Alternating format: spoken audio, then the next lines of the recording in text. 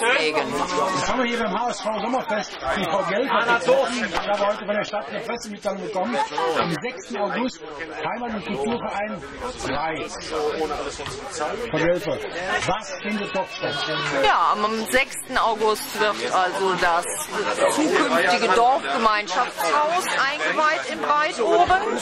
Bisher war es nur ein Gebäude, was nur der Heimat- und Kulturverein genutzt hat. Wir werden uns also entsprechend auch anderen Vereinen öffnen dürfen und müssen.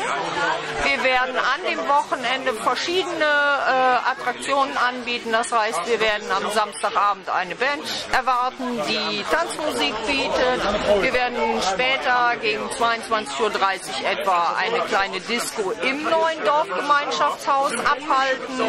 Wir haben während der ganzen Zeit am Samstag und Sonntag auch einen kleinen Kunst- und Handwerkermarkt parallel in einigen Räumen der Schule zum Besuchen aufgebaut.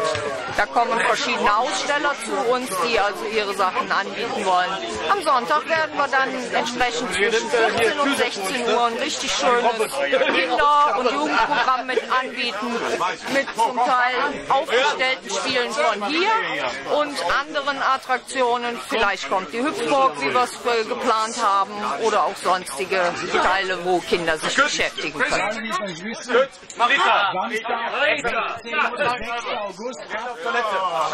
16 Uhr ist Festakt, ganz genau. Und sonntags morgens ab 11 Uhr mit Frühshoppen beginnend in Kindernachmittag übergehen. Alles klar. Augenblick um Ruhe, bitte!